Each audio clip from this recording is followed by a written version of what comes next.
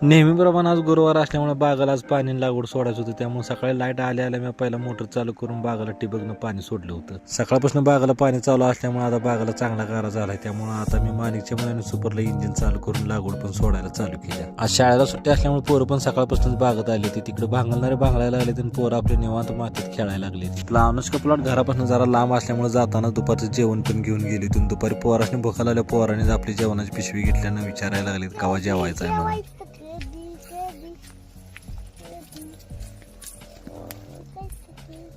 पोराने जर रानातल्या जेवणात धुळा उडाला, पण मला काय त्याचा व्हिडिओ बनवता आला नाही, कारण मी आपलं मानीच्या पण सुपरमध्ये लागवड सोडायला लागलो होतो आणि त्याच्यामुळे मला आज रानात जेवायला पण मिळालं नाही. डोक्यावर घ्यायचं असतं.